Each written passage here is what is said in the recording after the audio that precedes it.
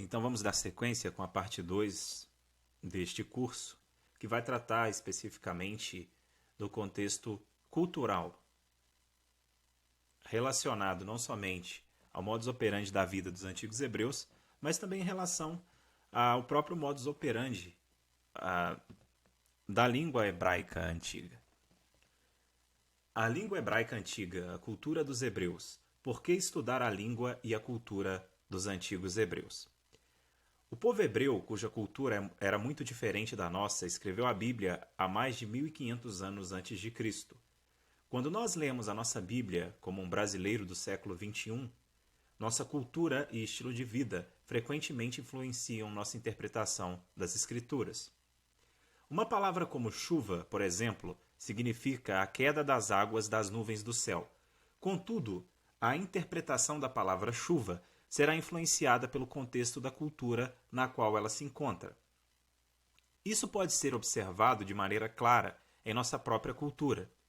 Se uma estação meteorológica prever uma forte chuva pela manhã, diferentes pessoas irão interpretar a palavra chuva de diferentes maneiras. Para os noivos que pretendem realizar um casamento ao ar livre, a palavra chuva terá uma conotação ruim. No entanto, para um agricultor que sofre no campo no período de estiagem, a palavra chuva terá uma conotação positiva. Para os antigos nômades hebreus, a palavra chuva significava vida. Desta forma, a palavra chuva simbolizava muito mais que a queda das águas das nuvens do céu. Ela simbolizava um elemento vital para o desenvolvimento dos seres vivos. Muitas vezes, nossa influência cultural, ou, como bem cunhou John Walton, bem definiu John Walton, zona de conforto cultural, trará uma interpretação totalmente alheia ao sentido original pretendido pelos autores bíblicos. Isso devido a, muitas vezes, um total anacronismo que nós fazemos no processo de interpretação da Bíblia hebraica. O exemplo das palavras chamar e parar, ou chamar e parar. Um exemplo de como nossa zona de conforto cultural nos leva a distorcer o sentido original pretendido pelos autores bíblicos pode ser encontrado nas palavras parar e chamar. Estas palavras são usualmente interpretadas como obedecer e desobedecer. Porém, tais significados não refletem o pensamento dos antigos hebreus. O antigo entendimento hebraico dessas palavras não refletia a ideia de alguém obedecendo ou desobedecendo mecanicamente um mandamento.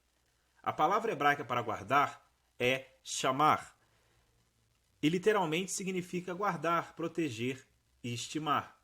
Enquanto a palavra para quebrar é parar, ou parar, e literalmente significa pisar, colocar algo sob os pés. Desta forma, obedecer o mandamento implica guardar, proteger e estimar tal mandamento, enquanto desobedecer o mandamento implica pisar de maneira hostil sob tal mandamento. A linguagem de um povo está restritamente ligada à sua cultura. Sem um entendimento da cultura hebraica, nós não seremos capazes de entender a linguagem que constrói o texto bíblico. Desta forma, sair de nossa zona de conforto cultural é mais que urgente para uma boa compreensão das Escrituras. Quem já teve a oportunidade de ler, por exemplo, os livros do John Walton, e eu os recomendo, pode observar que ele sempre fala dessa zona de conforto cultural, que nada mais é do que um processo no qual, através de um anacronismo, nós interpretamos os textos da Bíblia hebraica a partir de nossa própria cultura. E isso traz um contexto interpretativo totalmente equivocado, totalmente distante daquilo que era e refletia o pensamento do homem bíblico. Então, o propósito justamente de nós conhecermos a cultura hebraica, e a cultura está, de uma certa forma, também relacionada com o processo da própria língua, é mistério, é necessário para uma boa interpretação das Escrituras.